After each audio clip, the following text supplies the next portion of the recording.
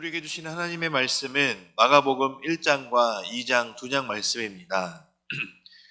마가복음은 고난받는 종으로서의 예수님의 모습이 특별히 강조되는 복음서입니다.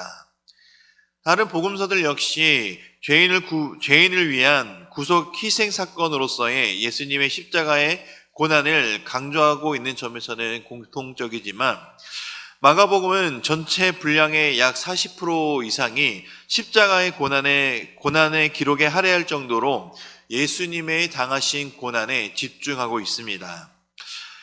마가복음이 고난받는 예수님의 모습을 강조하는 것은 마가복음의 기록 목적과 관련이 있습니다. 마가복음은 로마에 있는 그리스도인들이 처해 있는 상황에 대한 목회적 응답으로 기록되었습니다. 초대교회 전승에 의하면 마가복음은 로마에서 기록되었습니다. 당시 폭군 네로에 의해 대박해가 임박하거나 이미 시작되고 있는 상황이었고, 로마의 14개 구역 가운데 4구역을 제외한 10개의 구역이 전소한 대화재가 발생했을 때 네로는 자신에게로 향하던 의심의 화살을 그리스도인들에게 돌려 전례 없이 광범위하고도 전면적인 그리스도인들을 향한 대박해가 시작되었던 상황이었습니다. 이 그리스도인들의 운명은 마치 풍전등화와 같았습니다. 초대교회 성도들에게 예수가 주님이시고 자신들이 구원을 받을 하나님의 백성들이라면 왜 이런 엄청난 시련이 닥치는 것인지에 대한 의문을 지울 수 없었을 것입니다. 이런 상황에서 마가복음은 예수님은 하나님의 아들 그리스도이심을 강조하며 그 예수님은 종으로서 고난당하시는 분이시고 성도들의 주님이시자 스승이신 예수님께서 가시고자 하는 고난의 길을 가는 것이 바로 예수님의 제자가 되는 삶인 것을 강조하는 것입니다. 그리고 그리스도를 본받아 고난을 감내하며 섬김과 희생의 도를 실천하는 삶을 사는 것이 바로 마가복음이 강조하고자 하는 바입니다. 이 마가복음은 크게 전반부인 1장에서 9장, 후반부인 10장에서 16장으로 두 부분으로 나눌 수가 있습니다. 전반부는 예수님의 갈릴리 사역을 중심으로 하나님의 종으로서 봉사와 신적 권능을 증거하는 것에 초점을 두고 있다면, 후반부는 고난의 종으로서 예수님의 십자가의 고난을 통한 인류 구속의 사역을 성취하는 것에 초점을 맞추고 있습니다. 전반부 중 1장 1절에서 13절까지는 일종의 서론으로서 예수님이 갈릴리에서 본격적으로 공생의 사역을 행하시기 이전의 준비 과정에 대한 기록입니다. 1절에서 8절까지는 세례 요한의 삶과 사역 그리고 그리스도에 대한 증언을 기록하고 있고, 9절에서 13절에는 예수님이 세례 요한으로부터 세례를 받으신 사건과 성령에 이끌려 광야에서 사탄에게 시험받으신 사건을 연속적으로 기록하고 있습니다. 특히 마가는 1절에서 하나님의 아들 예수 그리스도의 복음의 시작이라 하는 기독교 핵심 진리를 기록하며 시작하고 있습니다. 타 복음서는 예수님의 공적인 출생과 공생애를 수행하시기 이전의 과정에 대해 굉장히 많은 부분을 할애하고 있습니다. 예를 들어 마태복음은 76절, 그리고 누가복음은 183절을 할애하며 기록했지만 마가복음은 단 13절만 이 기록에 대해서 할애하고 있습니다. 이는 마가가 그리스도를 하나님의 종으로 묘사한 것과 연관이 있는데, 종은 그 출생이나 배경이 중요하지 않기 때문입니다. 그래서 다른 복음서와 달리 출생 배경과 준비 과정을 과감없이 생략하였던 것입니다. 그래서 시작하는 1절에서 기독교의 핵심 진리를 선포하며 시작하고 있는 것입니다. 마가복음에서는 또한 다시라는 단어가 자주 사용됩니다. 이것은 종으로서 예수님의 사역이 쉬지 않음을 강조하기 위하여 사용된 것입니다. 2장입니다. 1장은 종으로 이 땅에 오신 예수님이 준비 과정을 거쳐 본격적인 사역을 시작하신 내용을 담고 있고, 이어지는 2장 역시 넓게는 9장 50절까지 이어지는 예수님의 갈릴리 사역의 일부이며 끊임없이 일하시는 종으로서의 예수님의 면모가 나타나고 있습니다. 2장에서는 중풍병자를 고치시는 것이 예수님의 죄사함의 권세를 가지고 계신 것, 그리고 레위를 제자로 부르시고 죄인들과 식탁의 교제를 나누시며 금식에 관한 예수님의 답변과 안식일 논쟁에 대한 기사들이 수록되어 있습니다.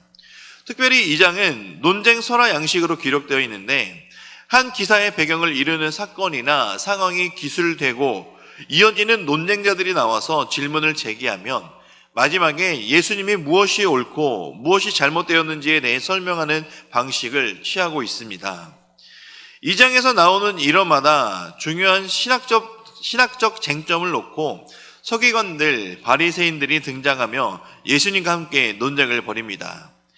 이 장을 시작하는 첫 번째 일화에서도 예수님의 대적자들이 예수님이 하신 말씀을 듣고서 그 마음에 반기를 들고 의문을 품게 됩니다. 바로 한 중풍병자의 친구들이 이 중풍병에 걸린 친구를 고치고자 하기 위해서 집에 지붕을 뚫고 예수님께 나아왔던 사건입니다. 이때 예수님은 이 병자의 병고침을 받았느니라 라고 말씀하시지 않고 나았느니라 라고 말씀하는 것이 아니라 소자야 내 죄사함을 받았느니라 라고 말씀하십니다. 이것들이 바로 서기관들이 속으로 신성모독이다, 오직 하나님 한 분 외에는 누가 능히 죄를 사하겠느냐라고 속으로 생각하는 그 의심을 불러오는 사건이 되었습니다. 이것은 예수님이 죄사함의 권세를 받으신 분이시며 또한 병 고치는 능력이 있으신 분이란 것을 모인 모든 자들에게 선포하기 위함이었습니다. 서기관들이 생각한 것처럼 오직 죄사함의 권세는 하나님만이 하실 수 있는 고유의 권한이기 때문입니다. 그러므로 예수님의 죄사함의 선포를 하셨다는 것은 바로 예수 그리스도께서 하나님의 아들, 하나님이심을, 또한 죄사함의 권세가 있다는 사실을 일깨워 주신 것입니다. 그리고 중요한 것은 예수님께서 그들이 심중에 생각한 것을 꿰뚫어 보셨다는 것입니다. 8절에서는 예수님이 중심에 아시고라고 기록하고 있습니다. 이것은 원어적 의미로는 그의 영으로 정확히 알다라는 뜻입니다. 바로 예수님의 영이 정확히 아셨다는 것을 의미합니다. 이것은 예수님의 신성을 나타내는 중요한 표현입니다. 왜냐하면 하나님만이 사람의 마음을 정확히 읽고 감찰하시는 분이시기 때문입니다. 이 장의 첫 번째 사건에서부터 알려주시는 것은 예수님은 인간의 마음을 감찰하시는 하나님이시며 죄사함의 권세를 가지신 참 하나님이시라는 사실입니다. 예수님은 분명 병 고치는 능력을 가지고 계시지만 병 고치는 능력보다 죄사함의 권세를 선포하심으로 병 고침보다 더 어려운 죄사함의 권세를 가지고 오신 하나님의 아들 그리스도이심을 시작부터 선포하고 강조하고 있는 것입니다. 이것은 죄인을 부르러 오신 하나님의 치유자, 구원자이심을 선포하며 그 자리에 모인 사람들이 바로 예수께서 그리스도이심을 알았으면 하는 마음으로 말씀하신 것입니다.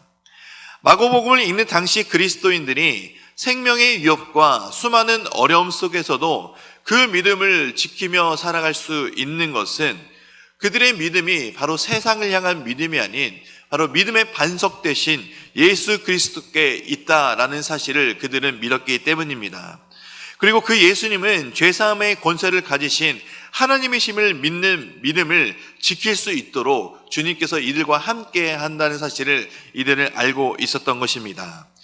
지금 우리는 다시 그리스도인들처럼 이 당시의 그리스도인들처럼 큰 환난이나 위험이나 죽음의 위협 속에 있지는 않지만 그래도 우리가 기억해야 할 것은 어떠한 고난과 위협 속에서도 고난받으신 주님이 우리의 모든 어려움을 아시고 피할 길과 도움을 주실 분이심을 믿으며 살아가는 것입니다.